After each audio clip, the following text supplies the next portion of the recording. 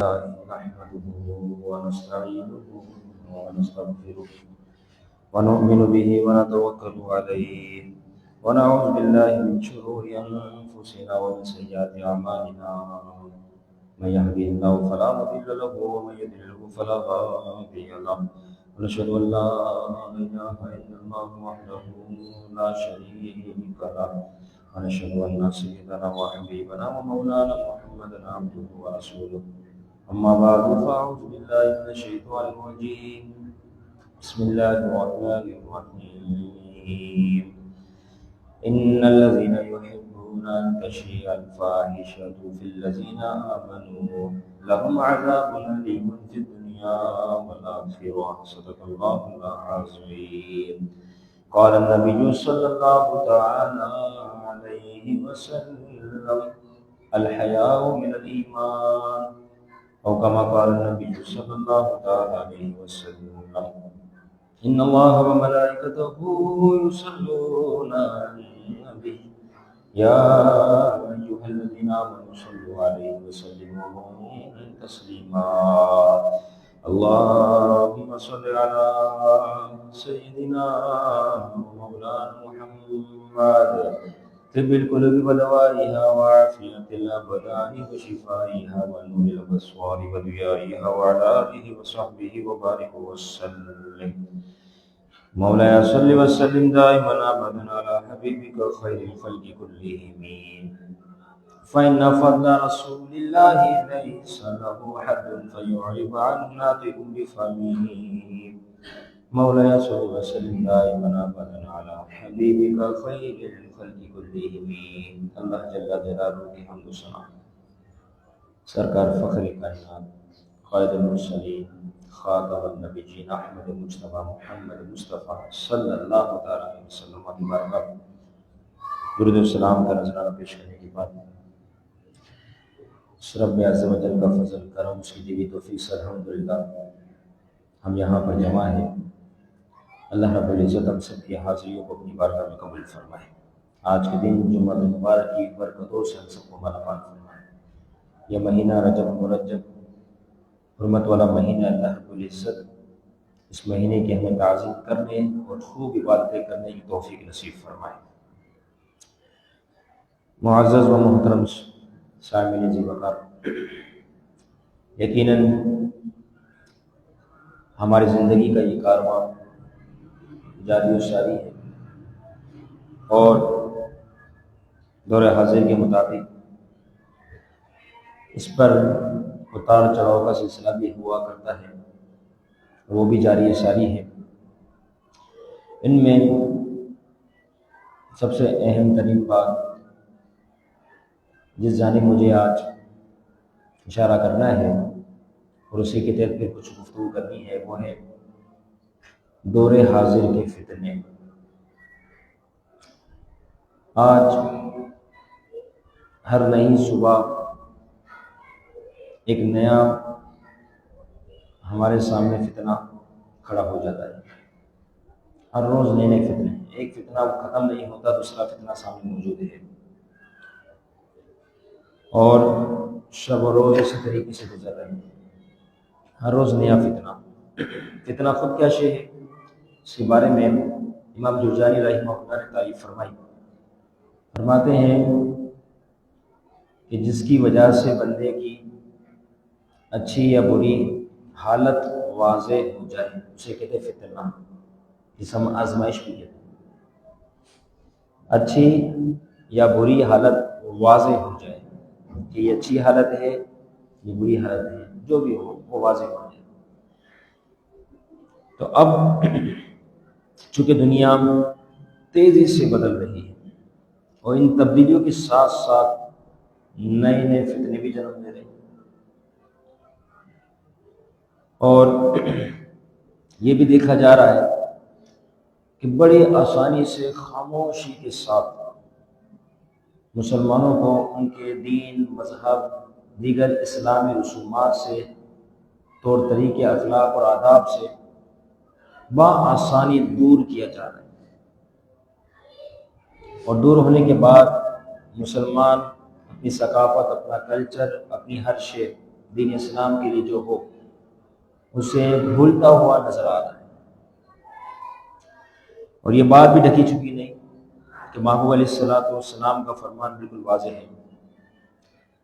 فرمایا لم یبقى من الدنیا الا بلاء وفتنۃ او کما قال النبی صلی اللہ علیہ وسلم۔ فرمایا ایک زمانہ ایسا آئے گا کہ دنیا میں صرف فتنہ اور آزمائش ہی باقی بچے گی۔ ہر جگہ فتنہ، ہر جگہ آزمائش، ہر جگہ معاملات، یہی باقی بچے گی۔ اللہ کے نبی کا فرمان ہے اور سچ ہے اور حق ہے۔ آج ہم اگر اپنے دائیں بائیں طرف توجہ کریں تو ہمیں یہ چیزیں بخوبی نظر آ جاتی ہیں کہ ہر جگہ ایک فتنہ ہے۔ کوئی کس طریقے پر فتنہ اپنائے ہوئے ہے، کوئی کس طریقے پر، اور جو اس فتنے میں مستغرق ہو جائے الیاذ باللہ ثم الیاذ باللہ، پھر وہ دین سے دور اور اپنا ایمان بچانا اس کے لیے محفوظ نہیں رہا۔ ایمان کس طرح بچائے؟ اس قسم کے معاملات سارے جاری ساری ہیں۔ محبوب علیہ الصلوۃ والسلام نے اسی جانب اشارہ کر کے فرمایا تھا، فرمایا کہ قرب قیامت ایسا وقت بھی آئے گا کہ لوگ صبح مسلمان ہوں گے اور شام کو کافر ہو جائیں گے، الیاذ باللہ، یا صبح کافر ہوں گے تو شام کو مسلمان ہو چکے ہوں گے۔ تو یہ دور، یہ سارے معاملات آج ہمارے سامنے موجود ہے کہ ساتھ ہی ساتھ آج کا مسلمان سب سے زیادہ مال و دولت جمع کرنے کو اہمیت دیتا ہے۔ حالانکہ آپ دیکھیں ہمارے سلف صالح بزرگان دین، اکابرین، علماء دین، ان کا کیا طور طریقہ رہا؟ وہ تو علم جمع کرنے کو حیثیت دیتے تھے، وہ عبادت جمع کرنے کو حیثیت دیتے تھے، وہ کثرت سے تلاوت جمع کرنے کو حیثیت دیتے تھے کہ نامہ اعمال ہمارے عبادتوں سے بھرے ہوئے ہیں۔ لیکن آج ہم دیکھتے ہیں ہر جگہ ہمیں بظاہر یہی نظر آتا ہے، مال و متاع جمع کرنا۔ یہ مال و متاع بھی انسان کے لیے بہت بڑا فتنہ ہے۔ دور جدید کا اگر یوں کہا جائے، دور حاضر کا یہ بہت بڑا فتنہ ہے، کیونکہ اس کے نشے میں انسان اتنا مست ہو چکا کہ اب اسے اچھے برے کی تمیز نہ رہی، حلال و حرام کی تمیز نہ رہی۔ تمیز رہی تو بس یہ رہی کہ مال کس طریقے سے بنایا جائے، تمیز رہی تو بس اس طرح رہی کہ مال کس طریقے سے جمع کیا جائے، تمیز رہی تو بس یہ رہی کہ وہ کم مال تو میں زیادہ مال رکھنے والا بن جاؤں، الیاذ باللہ۔ دور جدید کا سب سے بڑا فتنہ، دور حاضر کا اگر فتنہ کہا جائے تو بھی غلط نہ ہوگا کہ یہ مال و متاع۔ اب یہ مال و متاع کے بارے میں محبوب علیہ الصلوۃ والسلام نے فرما دیا کہ اگر کسی شخص کے پاس 2 وادیاں مال کی ہو، وادی پہاڑ بہت زیادہ، ہمیں 2 وادی اگر مال کی ہو تو اس کی چاہت ہوگی کہ تیسری بھی ہو جائے۔ حالانکہ اس کی زندگی کتنی ہے، کیا 2 وادیاں خرچ کر سکتا ہے؟ یہ تو ایک بھی خرچ نہ کر سکے، یہ تو اس کی چند نسلوں کے لیے کافی ہے۔ لیکن اس کے باوجود حال اتنا برا کہ فرمایا کہ اگر 2 وادی انسان کے پاس ہو تو اس کی چاہت بن جائے کہ میرے پاس تیسری وادی بھی آ جائے۔ پھر محبوب علیہ الصلوۃ والسلام نے فرمایا انسان کا پیٹ تو مٹی ہی بھر سکتی ہے، وہاں جا کے اس کو رکنا ہوگا، وہاں جا کے اس کو خاموش ہونا ہوگا، یہاں اس کا خاموش ہونا بہت مشکل ہے۔ اسی طریقے سے کچھ لوگ اس طرز پر آ گئے کہ جنہوں نے مال و متاع کی غرض پر الیاذ باللہ ثم الیاذ باللہ دین بیچنا شروع کر دیا۔ ایسی مثالیں بھی ہمارے معاشرے میں موجود ہیں۔ تو یہ مال کتنا بڑا فتنہ بن گیا کہ اب اس مال کی غرض سے دین بیچا جا رہا ہے، الیاذ باللہ۔ اور محبوب علیہ الصلوۃ والسلام نے اس جانب کی اشارہ فرما دیا تھا۔ آقا دو جہاں صلی اللہ تعالیٰ علیہ وسلم نے فرمایا یبیع دینہ بعرض من الدنیا، میں کچھ لوگ ایسے ہوں گے جو کیا کریں گے، فرمایا اپنا دین بیچیں گے، دنیا کے تھوڑے مال و متاع سامان کے لیے اپنا دین بیچتے ہوئے نظر آئیں گے۔ آج ہمارے معاشرے میں یہ مثال بالکل عام ہے کہ کس طریقے سے کچھ ایسے افراد جو بظاہر دیندار نظر آتے ہیں لیکن وہ دنیاوی معاملات میں اتنے مستغرق ہے کہ جن کی چاہت دنیا ہے ان کے ساتھ یہ جڑے ہوئے ہیں، جن کی چاہت فقط مسلمانوں کو نقصان پہنچانا ہے، ایسے افراد ان لوگوں کے ساتھ ملے ہوئے ہیں، جڑے ہوئے ہیں، ایسوں کی صحبتیں، اٹھنا بیٹھنا، عہدے رکھنا ان لوگوں کے ساتھ خاص طور پر پایا جا رہا ہے۔ تو محبوب کا فرمان بالکل واضح ہے کہ ایسے بھی لوگ ہوں گے تو دنیاوی غرض مال و متاع کی خاطر دین بیچتے ہوئے نظر آئیں گے۔ تو یہ مال اتنا خطرناک فتنہ ہے جس کے لیے بندہ نہ جانے کیا کیا کرتا ہوا نظر آ رہا ہے۔ اسی طریقے سے اس مال کے حوالے سے محبوب علیہ السلام نے بھی فرمایا ان لکل امت فتنۃ، فرمایا ہر امت کے لیے فتنہ ہوا، ہر امت کے لیے۔ محبوب علیہ السلام نے فرمایا فتنۃ امتی مال، فرمایا میری امت کے لیے جو فتنہ ہے وہ ہے مال۔ مال اتنا خطرناک فتنہ ہے جس کی طرف محبوب علیہ السلام پہلے ارشاد فرما دیا۔ آج معاشرے میں آپ دیکھیں سود خور، حرام خور، رشوت خور عام ہے، بالکل عام ہے۔ پہلے ایک زمانہ تھا، ایک وقت تھا کہ کوئی غلط کام کرتا ڈر کے کرتا تھا، چھپ کر کرتا تھا، اعلان نہیں کرتا تھا، اور رشوت کے حوالے سے بہت زیادہ وہ احتیاط کرتا تھا کہیں آگے میری شکایت نہ پہنچ جائے۔ لیکن الیاذ باللہ آج کا دور ایسا ہے کہ جب تک اس فائل کے اوپر رشوت کے پہیے نہ لگے وہ فائل آگے پہنچتی نہیں، آپ کی سنوائی ہوگی۔ معاشرہ اس طریقے سے تباہ بربادی کے دہانے میں پہنچ چکا، اس لیے محمد علیہ السلام پہلے انسانی بشارہ فرما دیا کہ وَفِتْنَةُ أُمَّتِي الْمَالُ، کہ میری امت کا فتنہ جو ہے وہ مال ہے۔ بہت آسانی سے لوگ اس فتنے میں گرتے ہوئے نظر آ رہے ہیں، گرنا تو بہت بلکہ گرے ہوئے نظر آ رہے ہیں، پڑے ہوئے نظر آ رہے ہیں، لیکن احساس ختم ہو چکا کہ مر کر حساب دینا ہے، مر کر جواب دینا ہے۔ کیا جواب دیں گے اس وقت جب لوگوں کی آہ اور لوگوں کے خون پسینے کا پیسہ جمع کیا ہوا ان سے اس طریقے سے ناجائز طریقے سے حاصل کیا جا رہا ہے؟ کتنے عجیب سا معاملہ ہے۔ ہم نے در حقیقت اپنے نبی کے فرمان کو بھلا دیا، اپنے نبی کی تعلیمات کو بھلا دیا، ان کے اخلاقیات، ان کے کردار، ان کے آداب کو بھلا دیا۔ تو آج ہماری حالت اس قسم کی ہو چکی ہے، کیونکہ یاد رکھنا یہ کہ وہ مال کی ایسی ہے کہ یہ کبھی مٹتی نہیں، یہ بڑھتی چلی جائے گی اور بڑھتی چلی جا رہی ہے، شب و روز اس میں اضافہ ہوگا، اس میں کمی نہیں۔ اسی طریقے سے اولاد بھی انسان کے لیے فتنہ ہے۔ قرآن مجید سورۃ تغابن 28 سپارہ میں رب ارشاد فرماتا ہے یا ایھا الذین آمنوا ان من ازواجکم واولادکم عدوا لکم فاحذروہم، بے شک اے ایمان والو تمہارے لیے تمہاری بیویاں اور تمہاری اولادیں تمہاری دشمن ہیں، فاحذروہ، بس ان سے تم بچو۔ کتنا واضح ارشاد ہے رب عز و جل کی طرف سے، من ازواجکم واولادکم عدوا لکم، تمہارے دشمن ہیں۔ مطلب کیا ہوا کہ یہ اولاد ہے تمہارے لیے رحمت کا باعث بھی بن سکتی ہے اور زحمت کا بھی۔ اب تم اسے جس جانب لگا دو، اگر تم چاہتے ہو تمہارے لیے رحمت کا باعث بنے تو اسے دیندار بنا، اسے اپنے نبی کے اخلاق سکھاؤ، اپنے نبی کی تعلیمات پر انہیں لے آؤ،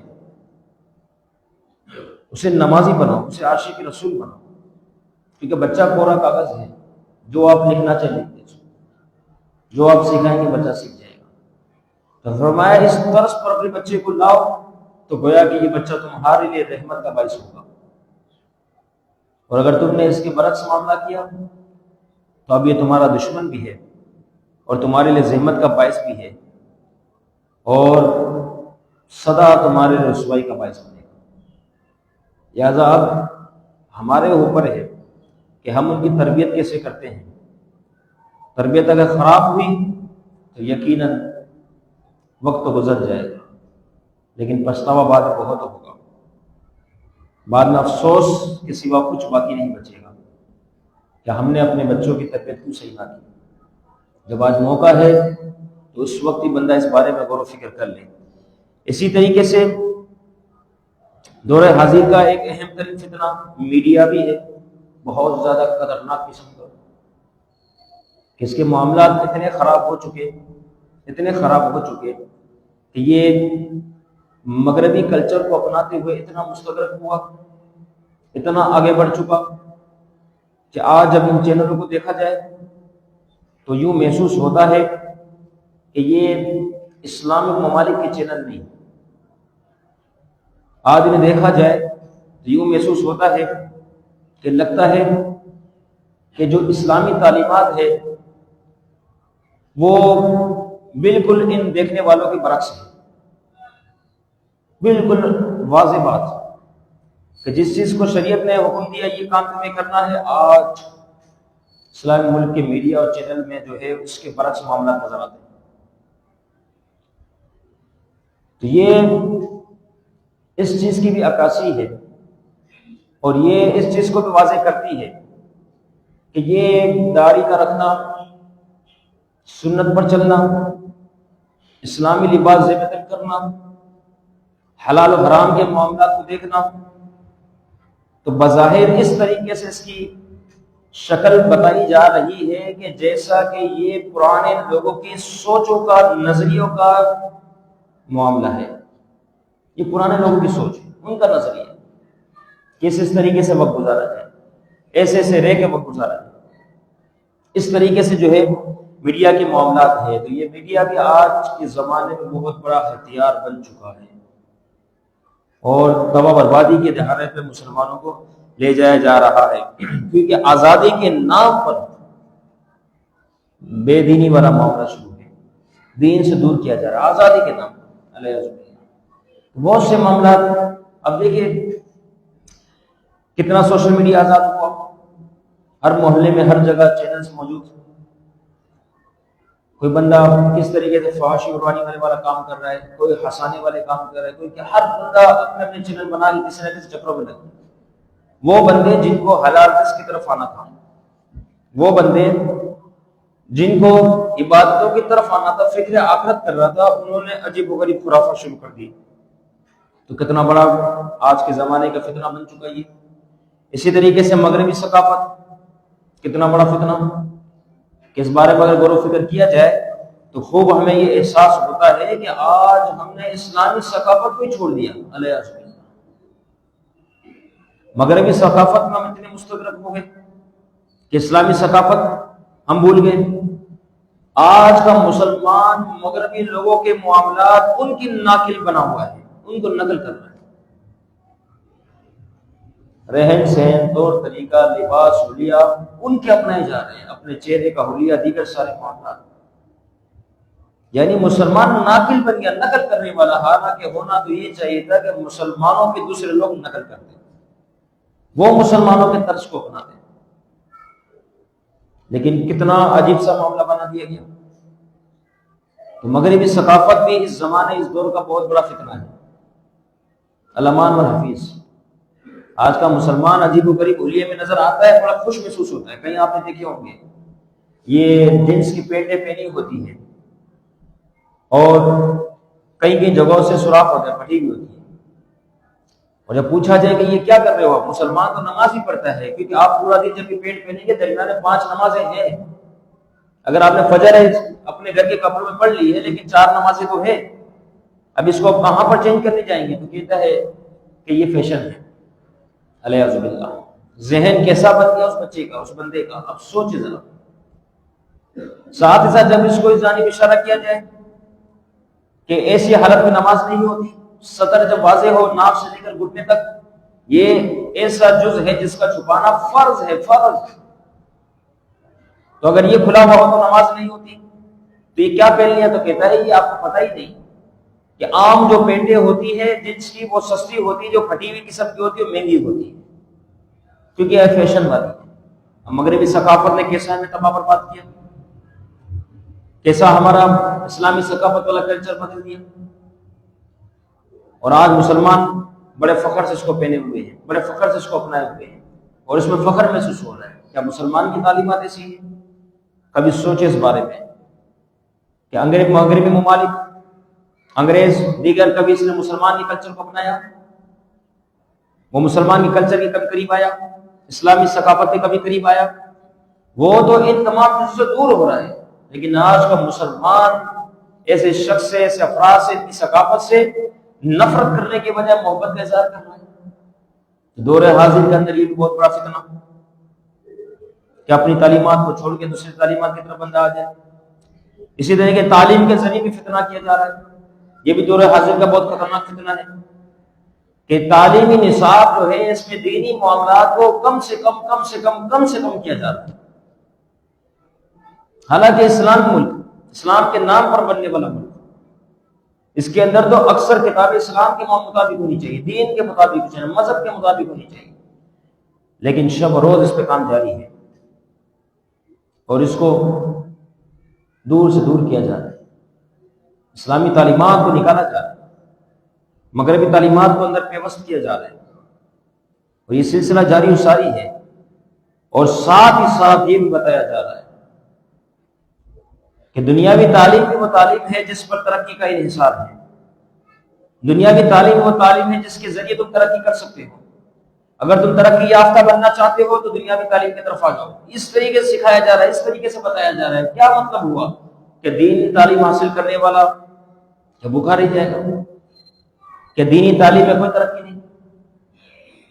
حالانکہ وما خلقت الجن والانس الا لیعبدون، ہم نے انسان اور جنات کو تو عبادت کے لیے پیدا فرمایا، اس کو تو عبادت کا طریقہ آنا چاہیے، اس کو تو عبادت کا سلیقہ آنا چاہیے، اس کو تو خوف خدا ہونا چاہیے، اس کو تو فکر آخرت ہونی چاہیے، اس کی تو ہر کام ذکر فکر والے ہونے چاہیے، سب سے دور۔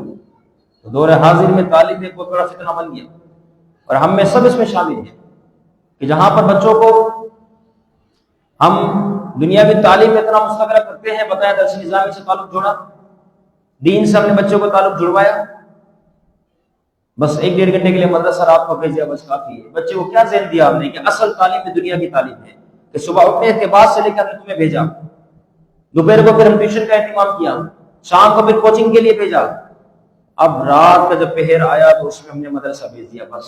جس کا مطلب یہ جو تعلیم ہے نا مدرسے والی، یہ بہت سلو ہے، اس میں ترقی نہیں ہے، الیاذ باللہ۔ حالانکہ مسلمان کے لیے دین کی تعلیم میں ہی ترقی ہے، مسلمان تو دین کی تعلیم کو سب سے پہلے حیثیت دیتا ہے۔ اس قسم کے بہت سارے معاملات، اسی طریقے سے اگر یوں دیکھا جائے دور حاضر موبائل کتنا بڑا فتنہ، ساتھ ہی ساتھ اس میں وقت ضائع کرنا کتنا بڑا فتنہ۔ اگر یہ بات کہا جائے تو غلط نہ ہوگی کہ آج جو مستند علماء دین، مستند انجینئر، مستند آپ کو ڈاکٹر جو نظر آتے ہیں، آنے والے وقتوں میں اس قسم کے معاملات دیکھنے کو نہیں ملیں گے، کیونکہ آج کا بچہ اپنا سارا وقت موبائل پہ صرف کر رہا ہے، اپنے سارے معاملات، اپنی صلاحیتوں کو موبائل پر لگائے ہوئے ہیں۔ پہلے کا وقت تھا کتابوں پہ، قلموں پہ سب چیزیں لگایا کرتے تھے، سارا وقت ان چیزوں پہ خرچ ہوتا تھا، اس لیے بہت زیادہ جو ہے دین کے حوالے سے، دنیاوی انجینئر کے حوالے سے، ڈاکٹر کے حوالے سے بہت اچھی چیزیں نظر آ جاتی تھی، اچھے لوگ نظر آ جاتے تھے، لیکن آگے جا کے جیسے آج کے حالات اسے ہی لگتا ہے کہ مستند علماء کو تلاش کرنا، انجینئر اور ڈاکٹر کو تلاش کرنا بہت مشکل ہو جائے گا۔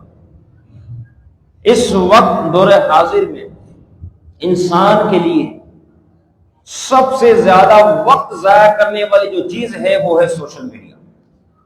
دور جدید کا سب سے بڑا فتنہ ہے جو یہ کہتے ہیں ہم سوشل میڈیا کے ذریعے دین سیکھ رہے ہیں، تو کیا مسجد کے اندر علماء تشریف نہیں کرتے؟ جمعے سے پہلے کیا بیان نہیں ہوتا؟ درس قرآن کا اہتمام نہیں مسجد میں؟ وہاں جا کے قریب ہو کر آپ دین سیکھیں، کیونکہ یہ موبائل کے ذریعے اگر دین سیکھنے والا سلسلہ ہوا تو یہ ایسا ہے کہ آپ دین اس سے کم سیکھیں گے لیکن بگڑیں گے زیادہ، دوسری جانب آپ کا رخ زیادہ ہوگا، کیونکہ آپ کو پتا ہے یہ سارے مغربی تسلسل کا سلسلہ ہے، انہی سے سارا کریکٹ کیا ہوا سلسلہ ہے۔ آپ کوئی چیز دیکھنے جائیں گے پہلے آپ کو سب سے پہلے خرافات کا سامنا کرنا پڑے گا، سب سے پہلے گندی گندی ویڈیوز آپ کے سامنے آئیں گی، انسان کا نفس اس کے ساتھ ہے، شیطان اس پر حاوی ہے، بھٹک دیں گے۔ ایک دو منٹ کے لیے آپ نے اگر دیکھ لیا یا پھر دیکھنے کے بعد آپ ایک سیکنڈ کے لیے رک گئے، زنا کا حکم آپ پر لگ گیا۔ دین آپ نے کتنا سیکھا لیکن گناہ کتنا بڑا اٹھا دیا آپ نے۔ تو اس قسم کے معاملات فی زمانہ سوشل میڈیا بھی بہت بڑا فتنہ بن چکا ہے۔ یہ چند ایک فتنے تھے، اس کی تفصیل اور بہت زیادہ ہے کہ کس طریقے سے پھر ایمان سے دور کیا جا رہا ہے۔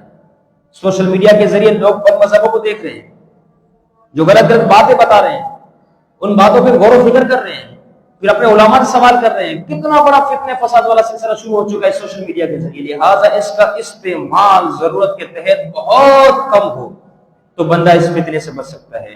یہ چند ایک فتنے تھے، اللہ رب العزت ان تمام فتنوں سے ہمیں محفوظ فرمائے، اور ہمیں جس طریقے سے زندگی گزارنے کا حق ہے ہمیں ایسی زندگیاں گزارنے کی توفیق نصیب فرمائے، اور ساتھ ہی ساتھ ہمیں خود اپنی بھی اپنی اولادوں کی بھی اچھی تربیت کرنے کی توفیق نصیب فرمائے۔ وما علینا